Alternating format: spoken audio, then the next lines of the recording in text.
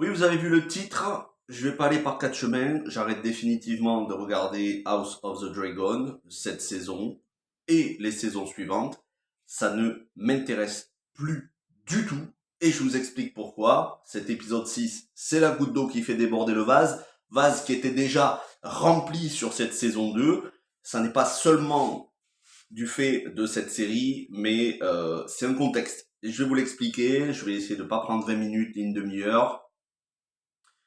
Le wokisme, ça va être extrêmement présent dans cette vidéo, donc ceux qui veulent pas entendre parler de ce terme-là, ceux qui sont saoulés d'entendre parler de wokisme, bah, allez voir ailleurs, merci, il n'y a pas de problème, sans rancune, merci, au revoir. En revanche, je vais vous parler de wokisme dans cette série, parce que oui, House of the Dragon en est rempli, et cet épisode 6, c'est la goutte d'eau qui fait vraiment déborder le vase, et qui m'insupporte au maximum. Je fais une overdose. L'heure n'est plus à la nuance, l'heure est à la radicalité. Et oui, je peux arrêter une série pour une scène qui me déplaît. Ce ne sera pas toujours le cas de toutes les séries. Ça n'a pas été le cas pour Halo saison 2, avec son couple de gays inexistant dans les jeux, parce que le reste de la saison s'était quand même très bien rattrapé. Je regrette que la série ait été annulée.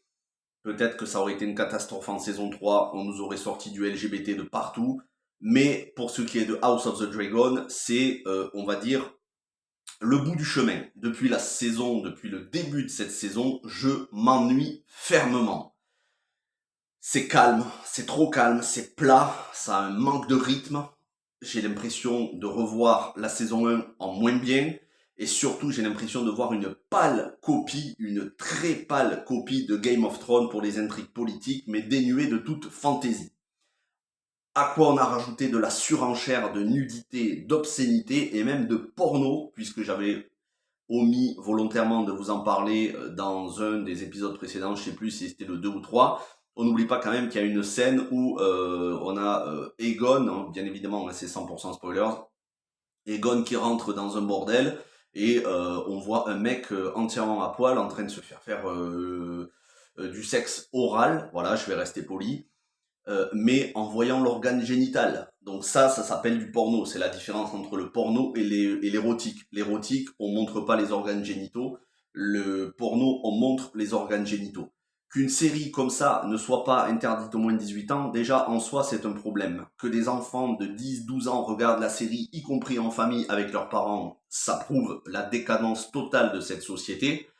Mais pour moi, le plus gros problème, et je regrette vraiment que Game of Thrones soit devenu la référence en matière de médiéval fantastique, c'est que depuis Game of Thrones dans les années 2010, et ça n'a fait qu'augmenter, et on arrive à une apogée, à un pic avec cette série, ça a banalisé l'obscénité, la décadence, la dépravation et la déviance sous toutes ses formes. Et je parle surtout en termes de sexualité.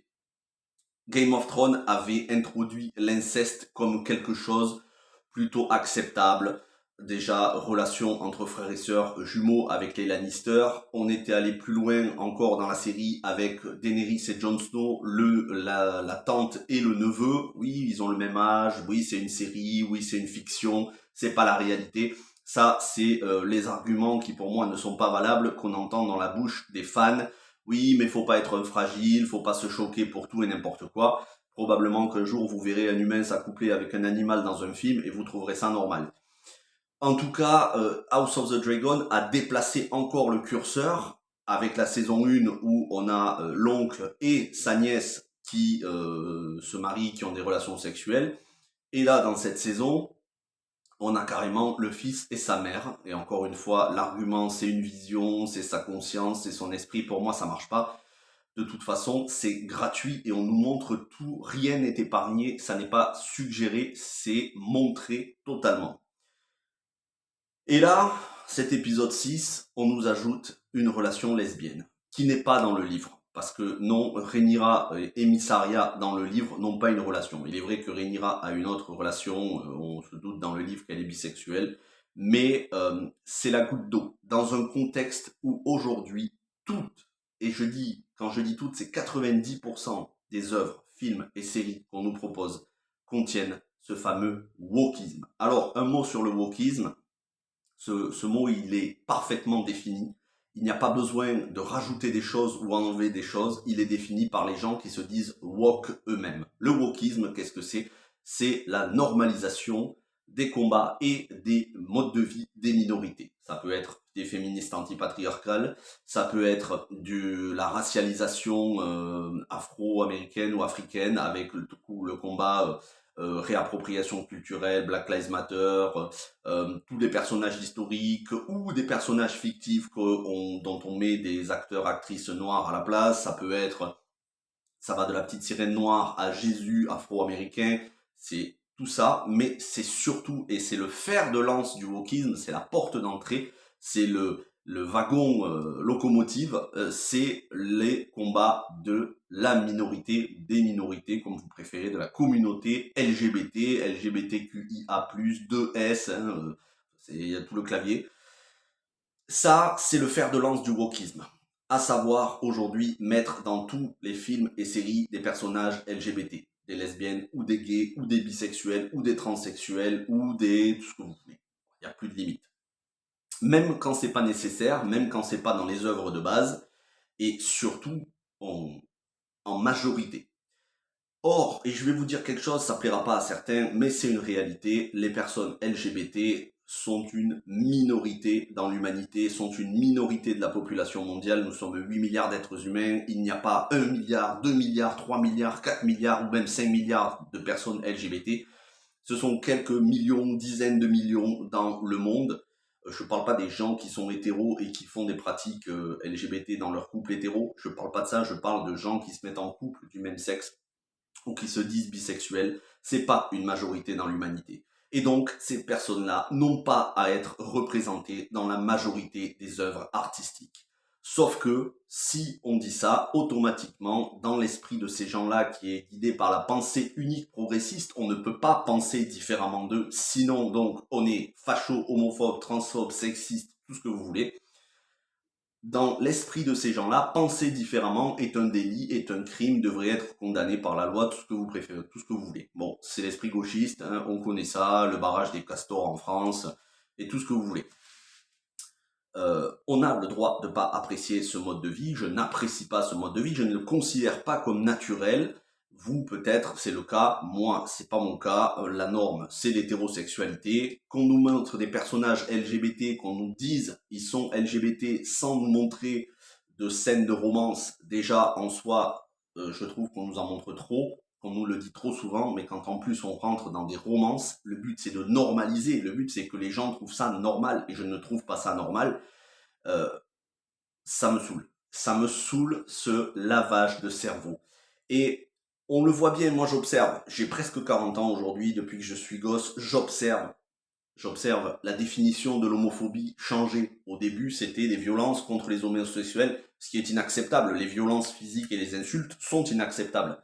Aujourd'hui, l'homophobie, c'est ne pas être d'accord avec tous les délires, toutes les revendications, y compris transidentitaires, tout ce que vous voulez. Et pour ça, ils sont prêts à vous bourrer le crâne dès le plus jeune âge. Et comment? En utilisant le milieu artistique, en utilisant les œuvres artistiques, car ne l'oublions jamais, les œuvres artistiques, c'est un moyen redoutable d'influencer l'esprit des gens. Alors ça peut être influencé en bien comme en mal. Toutes les influences ne sont pas mauvaises, toutes les influences ne sont pas bonnes, ne sont pas saines, ne sont pas vertueuses. Donc, il y a des gens qui, au fur et à mesure des années, trouvaient des choses inacceptables, qui aujourd'hui les acceptent, voire même les applaudissent. Je n'en fais pas partie. Je n'ai pas changé d'avis en 20, 30 ans. Moi, je suis resté fidèle à l'éducation chrétienne que j'ai eue depuis que je suis enfant. Je n'en ai pas dévié. Et voir aujourd'hui, c'est toujours plus de surenchère dans l'obscénité, dans la déviance, dans la perversion sexuelle, dans les séries, qu'on nous montre ça. Et pas seulement dans les séries, ça peut être dans les spectacles, dans les émissions, dans les médias, chez des journalistes. C'est insupportable. Je fais une overdose, ça me donne la gerbe. En très peu de temps, on a eu The Last of Us, qui nous a fait un épisode complet de 1h30. Je suis en train de vous préparer une vidéo sur The Last of Us pour vous expliquer pourquoi c'est une mauvaise adaptation de jeu vidéo. Peut-être une bonne série, mais une mauvaise adaptation de jeu vidéo. Quoi qu'en disent les gamers, c'est pas une bonne adaptation, vous comprendrez quand je vous ferai la vidéo. Et c'est pas juste sur le côté LGBT, il y a beaucoup d'autres choses qui vont pas. Mais on a eu The Last of Us, 1 heure et demie de romance gay entre deux hommes où rien ne nous est épargné, qui est absente du jeu vidéo. Ensuite, on a Assassin's Creed Shadows, qui n'est pas encore sorti, mais dont on a déjà largement entendu parler, qui se base sur le soi-disant samouraï noir Yasuke. Yasuke qui était africain, qui existait, mais qui n'était pas samouraï. Ça se base sur les travaux d'un historien très controversé qui a inventé pas mal de choses, qui s'appelle Thomas Lockley, qui a dit que Yasuke était un samouraï, c'est pas le cas. Mais surtout Assassin's Creed Shadows, et pour rejoindre le point de cette vidéo, Assassin's Creed Shadows dont on nous dit que les personnages seront LGBT. Les deux personnages, tant le samouraï que la femme ninja. Oui, il y en a certains qui vont dire mais c'est un jeu, c'est une fiction, ça n'est pas la réalité. Assassin's Creed, la saga, c'est toujours présenté comme une présentation de l'histoire. Le jeu, le scénario du jeu est censé être fictif, mais tout le contexte historique est censé apprendre l'histoire aux plus jeunes. C'est une porte d'entrée, une sorte d'encyclopédie pour enrichir notre culture historique. On nous montre donc maintenant des samouraïs et des ninjas LGBT dans le Japon féodal. Je peux vous dire, dans le Japon féodal, il n'y avait pas ça. Vous n'aviez même pas le temps de faire un coming out qui vous aurait séparé la tête de votre corps en mode Highlander. Et je dis ça sans appel à la haine, sans appel à la violence, sans appel au meurtre. Je vous dis juste que c'est pas du tout crédible historiquement. Et c'est même un manque de respect pour les Japonais, à savoir que les Japonais, ils sont en train de gueuler. Ils sont pas d'accord. Peut-être même le jeu ne sortira pas au Japon, mais pour l'instant, ils sont en train de gueuler. Donc, on enchaîne après The Last of Us, où les gens vont dire « Ah, c'est magnifique, une romance LGBT, oh, c'était tellement beau de voir ces deux hommes en train de se faire une turlute dans le lit, vas-y, allez, je suis à poil, allez, viens, on va... » C'était n'importe quoi, c'est de la merde. On enchaîne avec The Acolyte, cette série Star Wars qui est, mais c'est même plus surcoté à ce niveau-là, c'est un étron qui n'aurait jamais dû sortir, dont la réalisatrice lesbienne nous dit c'est une série woke et tous ceux qui n'aiment pas le wokisme sont homophobes et rétrogrades, et qui nous dit donc dans sa série qu'il y a des sorcières de l'espace lesbiennes qui s'auto-fécondent, qui s'auto-enfantent par la force, donc féminisme antipatriarcal, elles n'ont pas besoin d'hommes, et donc on nous redéfinit carrément tout l'univers Star Wars avec l'élu, voilà. Et qui restent entre elles, entre femmes, et qui sont lesbiennes. Il n'y a pas de lesbiennes dans les 6 premiers films Star Wars de George Lucas. Il n'y en a pas. Ça n'existe pas. Donc, on rajoute une bonne couche, mais pas étonnant quand on connaît Leslie Headland. Elle est à la tête de ce militantisme. Et donc maintenant, House of the Dragon, qui rajoute une couche. Pourquoi ? Parce que comme pour The Acolyte, comme pour Star Wars The Acolyte, comme pour The Last of Us, comme pour Assassin's Creed Shadows, c'est des grosses machines qui vont attirer beaucoup de personnes, beaucoup de spectateurs, beaucoup d'acheteurs, de joueurs. Comment toucher un maximum en mettant, comment convertir au wokisme, donc à ce progressisme, un maximum de personnes en mettant dans les œuvres qui sont les plus regardées. Et il suffit de regarder Marvel, les 3 premières phases, 0 LGBT. Ensuite, en phase 4, on a commencé à introduire ça, notamment avec Doctor Strange 2, qui est ultra surcoté, et ensuite dans les autres séries, Disney+, Marvel, et aujourd'hui c'est omniprésent. On vous bourre le crâne avec ça, on bourre le crâne aux enfants, même avec des séries d'animation. Fred le petit bison non genré, là, qui finit en steak haché, un coup de Gatling, là, celui-là, hop, on va sortir la mitrailleuse, il va finir en steak haché, le bison. Et c'est constamment. Si vous comprenez pas qu'il y a une volonté politique, idéologique derrière de vous manipuler, je ne peux pas le comprendre à votre place. Moi, je l'ai compris. Alors, il y a 2 choix. Soit on ferme les yeux, on se dit, c'était juste un bisou entre 2 femmes, c'est pas grave. Ah, la série est géniale. Vous voyez, je vous parle même pas de ce qui se passe dans l'épisode, il y a des choses intéressantes, mais ça ne me fait pas oublier l'idéologie qu'il y a derrière. Donc, soit on ferme les yeux, on se dit c'est quand même une série passionnante et tout, c'est pas très grave, un petit bisou entre 2 femmes, ça me gêne pas. C'est votre choix. Soit, comme moi, on prend le parti de dire stop, c'est fini, j'en ai marre de me faire bourrer le crâne et je vais être radical. Et je suis radical et j'avoue et j'affirme et je suis fier d'être radical et de dire c'est fini pour cet univers. En tout cas, au moins pour House of the Dragon, la série complète, terminée. Je ne regarderai pas les saisons suivantes. De toute façon, je sais ce qui arrive à Rhaenyra, je sais ce qui arrive à Daemon, je sais ce qui arrive à tous les personnages, puisque j'ai lu les livres. J'ai j'ai pas entièrement lu les livres, mais une partie. Et pour le reste, je me suis renseigné sur des sites de fans encyclopédiques, parce que j'ai commencé à lire juste le premier tome de Fire and Blood.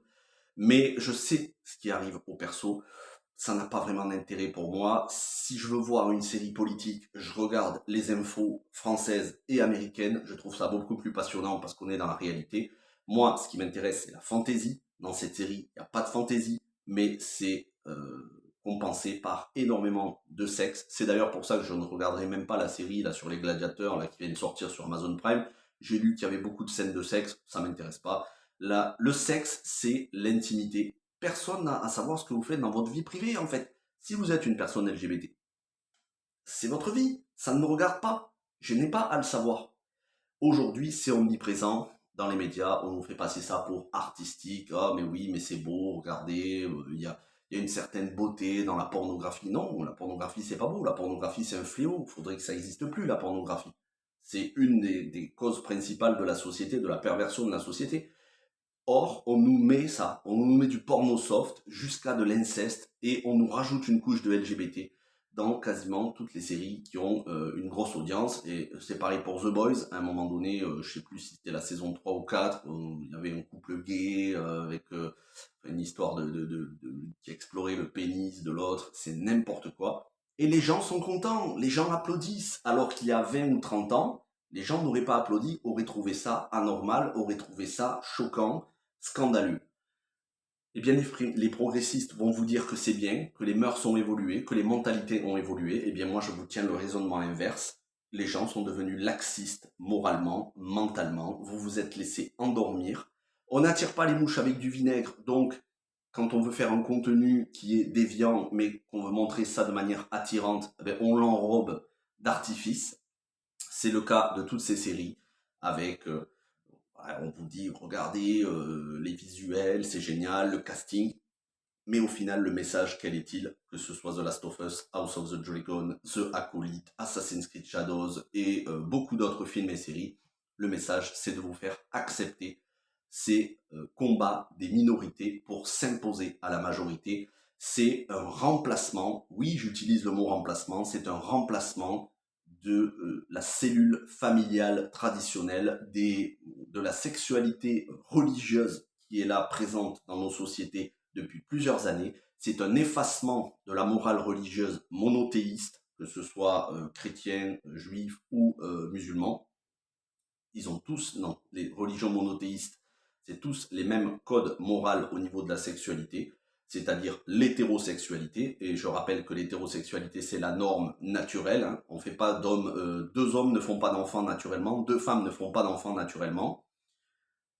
Et donc, le but de toutes ces œuvres vidéoludiques, artistiques, films et séries, c'est de vous faire, dans votre esprit, de vous faire accepter une nouvelle façon de voir, une nouvelle morale, une nouvelle définition de la cellule familiale, qui n'est plus un homme et une femme, mais deux hommes, deux femmes, parfois même plus que deux personnes, avec du sexe interchangeable. Tu t'identifies à ce que tu veux, tu te sens homme, tu te sens femme, tu te sens plus.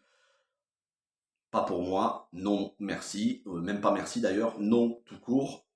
Vous faites ce que vous voulez continuer à regarder, en tout cas ne m'en parlez pas, ça me saoule profondément. Maintenant, moi sur la chaîne, j'essaye de parler de choses qui m'intéressent. Là, c'est les adaptations de jeux vidéo parce que la chaîne, et je vous l'ai dit, la chaîne va changer de nom. D'ici l'année prochaine, elle ne s'appellera plus Ciné-Série Galaxy, elle portera un autre nom puisqu'il va y avoir de moins en moins de cinéma et de séries en dehors des adaptations de jeux vidéo. Vous comprendrez quand la chaîne portera le nouveau nom, je ne me concentrerai quasiment que sur les adaptations de jeux vidéo. Alors oui, il y en a certaines qui me déplaisent, comme The Last of Us, mais il y en a certaines qui sont formidables, comme Fallout. Et quand une série comme Fallout arrive à nous proposer beaucoup d'actions, des rebondissements, des personnages attachants, sans aucun wokisme, sans aucun militantisme LGBT, ben, il n'y a pas de raison que les autres séries ne fassent pas de même. Fallout est l'exemple, en tout cas sur la saison 1, hein, sur la saison 1. Je ne sais pas ce qui arrivera en saison 2. Si ça se trouve, on va nous sortir des persos trans, de tout ce que vous voulez, romance lesbienne, romance peu importe. La saison 1 est un exemple de ce qu'il faut faire, de ce qu'il faut proposer. C'est-à-dire beaucoup d'action, des personnages attachants, de l'émotion par moment, un scénario passionnant, mais zéro militantisme, que ce soit de militantisme féministe anti-homme, que ce soit de racialisme afro ou de militantisme LGBT. Il n'y en a pas. Et je vais vous prendre le dernier exemple, et ça me permettra de faire un petit tacle à certains youtubeurs que je ne mentionnerai pas, mais vous les reconnaîtrez. Certains youtubeurs se sont répandus et continuent de se répandre en vidéo de mépris sur Les Anneaux de Pouvoir, la série Les Anneaux de Pouvoir. Beaucoup disent c'est une série woke, c'est là où aussi vous voyez les gens mettre du wokisme partout, ne savent pas ce qu'est le wokisme, hein. C'est facile de parler de wokisme, ça fait des vues, des abonnés, voilà. Vous savez, les gens sur YouTube, c'est un petit peu comme des requins, ils sont attirés par l'odeur du sang. Quand vous parlez en bien d'une série, euh, ça dépend. Si la série est bien vue par tout le monde, que vous en parlez en bien, ça va marcher. Mais si la série est mal vue, que vous en parlez en bien, vous allez vous faire défoncer.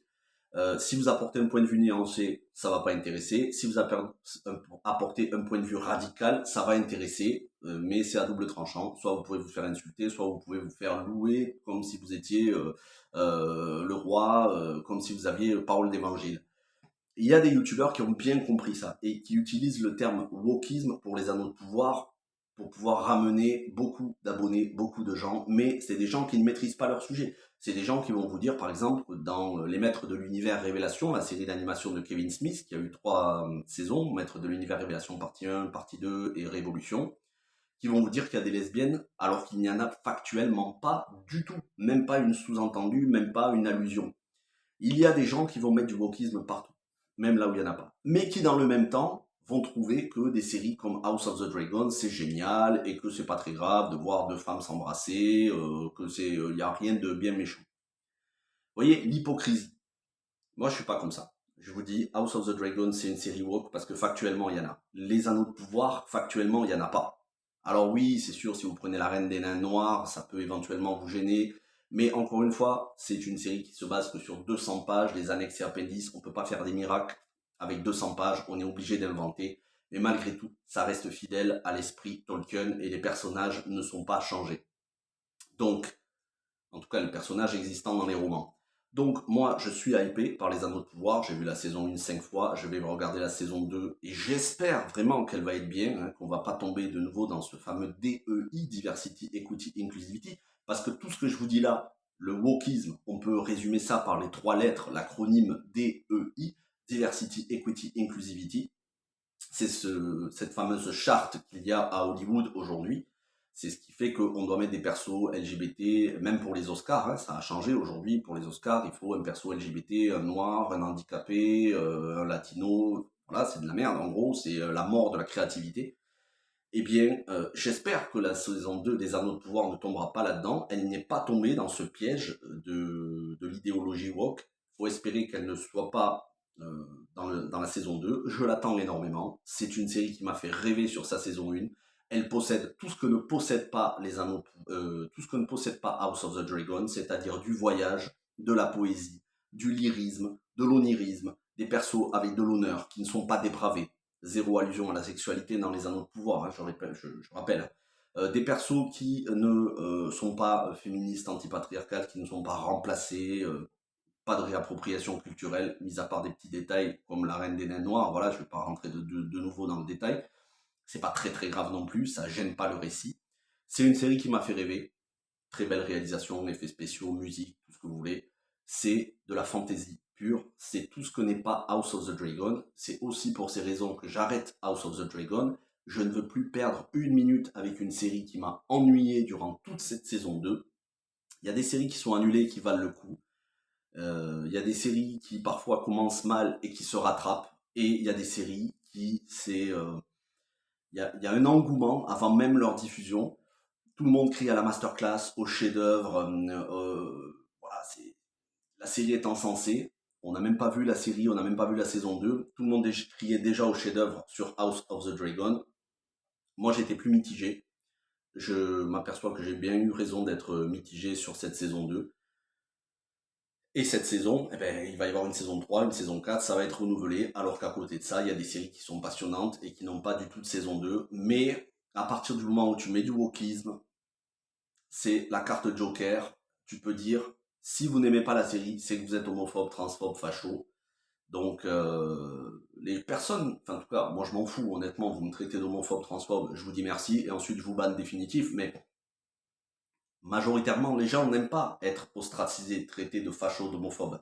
Donc, bah, ils vont prendre leurs convictions et ils vont les mettre dans leur slip et ils vont partir avec.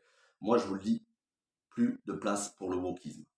Donc, sur la chaîne, il y aura plus de House of the Dragon. Il y aura les Anneaux de Pouvoir saison 2. J'attends la série au tournant, j'espère qu'elle va être excellente. Si elle l'est, je l'encenserai. Si elle ne l'est pas, je la défoncerai. Je serai clair et net là-dessus. Sur les adaptations de jeux vidéo, parfois il y en a certaines qui vont faire la part belle au wokisme. Je le dénoncerai comme je le fais dans cette vidéo. Et quand ce sera des séries qui seront ce que j'appelle des séries saines d'esprit, c'est-à-dire où on ne met pas de la déviance, où on normalise pas la déviance, eh bien je louerai ces séries-là et j'en ferai l'éloge. Sur la chaîne, de toute façon, dites-vous bien qu'on va aller vers quasiment que des adaptations de jeux vidéo et quelques films au cinéma. Là, je vais aller voir Deadpool et Wolverine cette semaine. Il faut que je vois aussi Horizon de Kevin Costner. Une chose est sûre, moi, je ne surfe pas en fonction des séries qui marchent ou pas. Je ne fais pas ça pour les vues. Si vraiment j'avais fait une chaîne pour les vues et pour les abonnés, j'aurais fait du putaclic comme le font beaucoup, enfin, pas tous, hein, mais comme le font certains, et ça cartonnerait.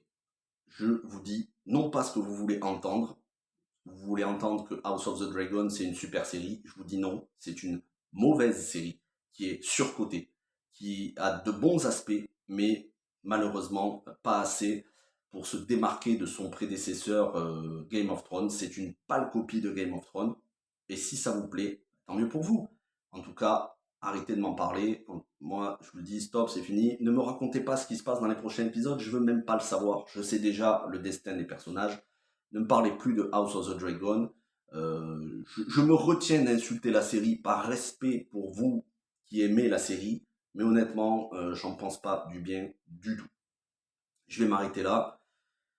Merci d'avoir regardé cette vidéo. Il n'y aura pas donc de prochaine vidéo sur House of the Dragon. En revanche, je vais me mettre à regarder Twisted Metal, la série adaptée de jeux vidéo qui est en ce moment diffusée sur Canal+, je crois. Je vous préparerai la critique qui arrivera dans le courant du mois d'août, dès que la série aura fini d'être diffusée.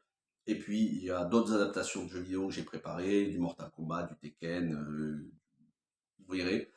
Quelques films qui vont sortir au mois d'août, en plus de Deadpool et Wolverine qui sort ce mois-ci. Je vais aller voir Alien Romulus au cinéma. Puis après, on arrivera fin août, début septembre, et ce sera les Anneaux de Pouvoir tous les vendredis matin. Je regarderai l'épisode dès qu'il sort et je vous retirerai la critique dans la foulée. J'espère vraiment me régaler. J'ai pas trop de doutes. Je pense qu'on va se régaler. À moins qu'ils nous sortent un Sauron gay, trans, mais je pense pas. C'était déjà excellent en saison 1. Charlie Vickers et Morphy Clark, le couple principal de la série, portent la série sur leurs épaules. C'était déjà très bon. Il n'y a pas de raison que les Anneaux de Pouvoir en saison 2 soient un affront à Tolkien. C'est un affront à Tolkien seulement dans l'esprit de ceux qui ne connaissent pas vraiment les romans ou qui racontent n'importe quoi, qui ne maîtrisent pas leur sujet. Mais bon, ces gens-là, je les laisse. Ils ne m'intéressent pas. Merci d'avoir regardé cette vidéo. Portez-vous bien. À très bientôt.